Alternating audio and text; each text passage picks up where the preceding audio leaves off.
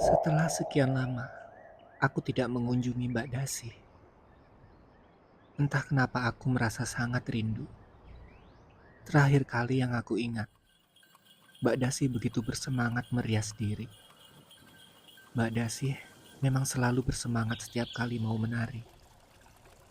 Tarian seolah sudah menyatu dengan jiwanya. Mbak Dasi adalah sepupu yang paling cantik. Dia seorang ronggeng. Ibunya adalah kakak kedua dari ibuku. Dulu, saat aku masih kecil, cuma Mbak Dasi yang selalu membelaku. Ketika seringkali anak-anak lain mengataiku, menyebutku dengan jeliteng.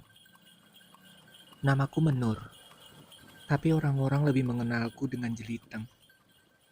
Itu karena kulitku hitam dan wajahku yang tidak terlalu cantik.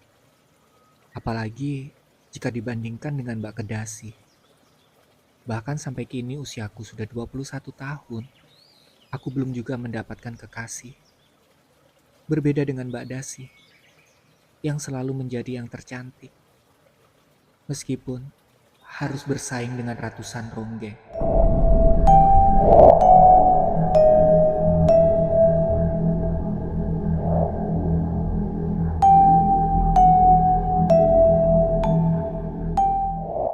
Setelah menempuh perjalanan yang cukup panjang, kurang lebihnya semalam, akhirnya Menur sampai di kota tujuannya.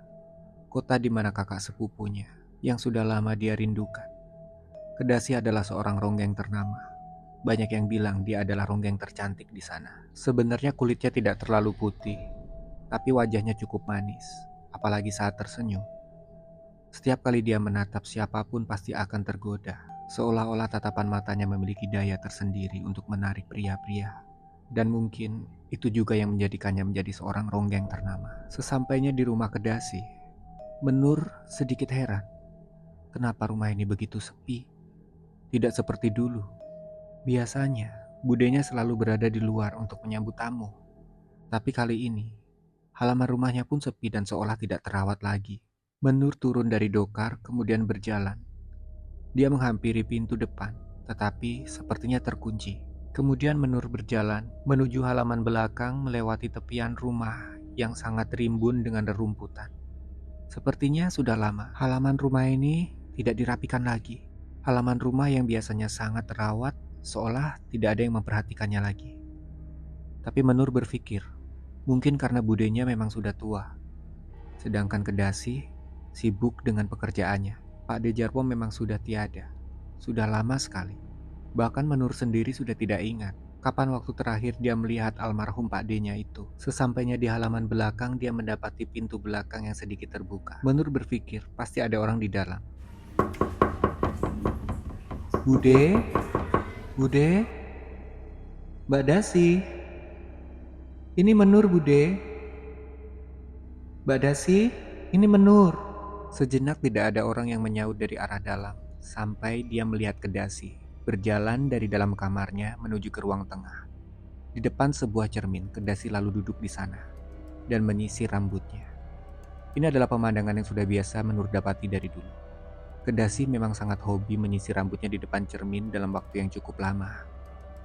Menur berpikir Kedasi tidak melihatnya. Lalu dia memberanikan diri untuk memanggil kakak sepupunya itu. Mbak, ini Menur Mbak. Benar saja setelah mendengar suara Menur, Kedasi menoleh. Dia tersenyum dan mempersilahkan adik sepupunya ini masuk. Kedua saudara sepupu ini duduk berdua. Sepertinya akan banyak sekali yang akan mereka bicarakan setelah sekian lama mereka tidak bertemu. Sebenarnya kedatangan Menur kali ini memang bukan tanpa tujuan. Dia merasa sangat sulit mendapatkan pekerjaan di kotanya, dan dia datang untuk meminta saran pada Kedasi. Apakah bisa sekiranya dia menjadi seorang ronggeng sama seperti Kedasi? Ya, menari memang sudah menjadi bagian dari keluarga mereka. Setiap anak pasti bisa menari. Akan tetapi untuk Menur, dia tidak bermimpi untuk menjadi seorang ronggeng. Dia merasa dia kurang cantik, kulitnya tidak bersih, tidak seperti Kedasi. Itulah yang menyebabkan dia untuk bersekolah. Kemudian dia ingin mencari pekerjaan di kota, tapi ternyata itu pun gagal. Menur sangat sulit mendapatkan pekerjaan. Jika itu memang maumu Menur, Mbak akan membantu. Mbak pasti siap mengajarimu. Memang, Menur sudah bisa menari, tapi setidaknya untuk memulai menjadi seorang ronggeng yang hebat seperti kakak sepupunya itu, tentunya Menur memang harus belajar lagi, dan Kedasihlah orangnya. Dia adalah kakak sekaligus guru yang tepat. Itu yang difikirkan Menur. Ternyata rumah ini di bagian dalam masih sama seperti dulu. Sangat tersusun rapi, bersih, dan juga indah. Baunya pun harum, khas daun pandan yang dipotong-potong dan diletakkan di dalam mangkuk, seperti biasanya. Setelah makan, mereka pun mengobrol dan tak terasa waktu berlalu begitu cepat. Sore hari pun tiba, seolah tak ingin membuang banyak waktu. Kedasi langsung mengajari adik sepupunya ini untuk menari. Tentu saja, Menur menyambutnya. Memang ini yang dia inginkan. Sepertinya Menur sangat berbakat, mungkin karena memang sudah keturunan. Jadi, gerakan demi gerakan yang diajarkan oleh Kedasi, Menur begitu cepat menangkapnya. Tak terasa, matahari sudah mulai tenggelam. Kedasi menyuruh adik sepupunya itu untuk membersihkan diri, lalu makan dan beristirahat di dalam kamarnya. Di sana, kedua saudara sepupu ini pun melanjutkan mengobrol. Hanya sekedar mengobrol ringan, menceritakan masa kecil mereka. Menur pun menceritakan bagaimana kehidupannya selama di kota. Begitu pula Kedasi yang menceritakan pengalamannya yang begitu panjang menjadi seorang ronggeng.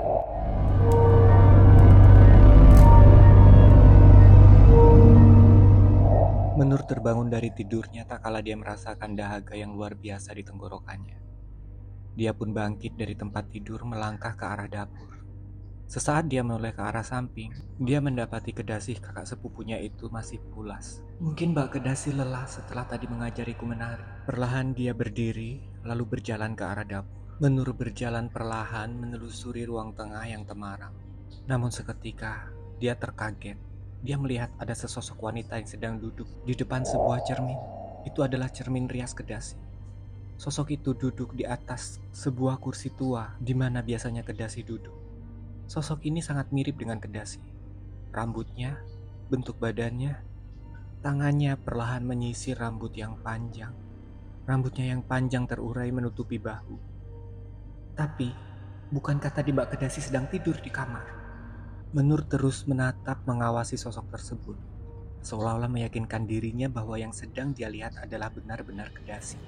Perlahan dia mendekati sosok itu, sampai langkahnya terhenti tatkala sosok itu menoleh ke arahnya. Dengan gerakan perlahan, kepalanya perlahan menoleh ke arah Menur.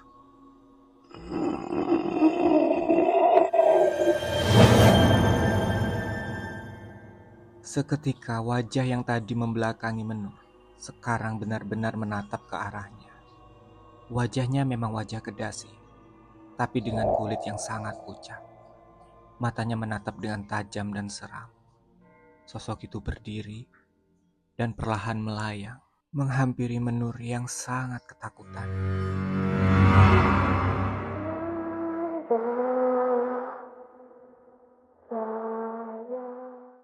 Menur segera membalikkan badannya, berlari menuju ke dalam kamar.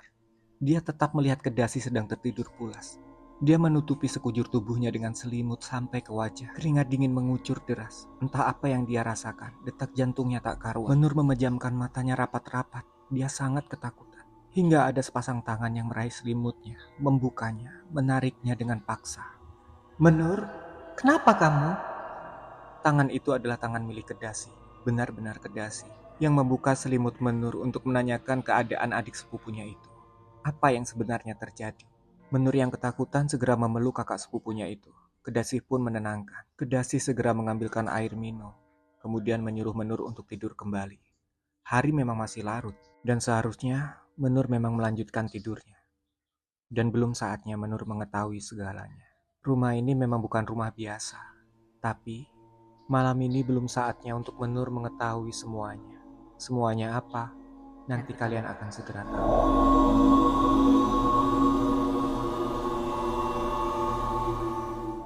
5 hari berlalu, dan ini adalah hari pertama di mana Menur pertama kali menari sebagai seorang ronggeng. Kedasih dengan sangat telaten menyiapkan penampilan Menur malam, menyiapkan pakaiannya, memakaikannya, bahkan menata rambutnya dengan sangat rapi. Rambut panjang Menur pun disisir, dirapikan oleh Kedasih menggunakan serit yang selama ini ia pakai untuk menyerit rambutnya. Menur, Jangan lupa untuk selalu merapikan rambutmu menggunakan serit ini. Ini adalah peninggalan Eyang Putri kita. Serit ini bukan serit sembarangan, Menur. Kata ibu, di dalam serit ini tertinggal sebuah tuah yang akan membuat kita menjadi sangat mempesona. Dulu Mbak juga gak percaya, tapi kemudian Mbak membuktikan sendiri bahwa serit ini adalah serit yang berbeda. Menur sedikit kaget dengan penjelasan Kedasi. Heran, tapi dia hanya mengiyakan saja. Dia memang hanya bisa menuruti kemauan Kedasi. Toh, tujuannya adalah menjadi seorang ronggeng yang dikagumi oleh banyak orang. Setelah segala persiapan selesai, Menur lalu berangkat menuju ke tempat di mana dia harus menari malam ini. Sepertinya Menur sedikit ragu-ragu, tetapi bagaimana lagi? Mungkin ini sudah menjadi takdirnya. Awalnya dia tidak pernah bermimpi menjadi seorang ronggeng, tapi hari ini dia harus melakukannya. Awalnya, Menur sangat ragu untuk memulai, tapi ternyata sambutan di sana luar biasa. Menur tidak menyangka akan banyak sekali orang yang menyukai tariannya, terutama mereka, para pria. Tak jarang dari para pria itu memberikan sesuatu tanda dia menyukai tarian Menur. Sepertinya Menur sudah mendapatkan apa yang dia inginkan. Walau ada di antara mereka yang sedikit kurang ajar, sebut saja namanya Mito. Pria yang tanpa ragu-ragu sedikit pun menyentuh wajah Menur. Menur tidak suka, tapi sepertinya Mito sudah mendapatkan pelajaran yang sangat setimpal. Sehari setelah dia menyentuh wajah Menur dengan kurang ajar, Menur mendengar kabar bahwa Mito meninggal. Mayatnya ditemukan tergantung di atas pohon bambu. Kata orang malam itu Mito demam. Kemudian dia seperti lupa ingatan, sampai Mito berlarian seperti orang tidak waras. Kata orang, dia seperti ketakutan akan sesuatu. Tapi entah apa yang dia lihat sampai setakut itu. Mito berteriak dan berlari entah kemana. Tak seorang pun tahu. Sampai keesokan harinya, jasadnya ditemukan di atas pohon bambu, tergantung, penuh darah dan mengenaskan. Sekujur tubuhnya dipenuhi luka cakaran. Apa yang terjadi atas Minto, tak seorang pun tahu, dan tak ada seorang pun yang bisa menjelaskannya.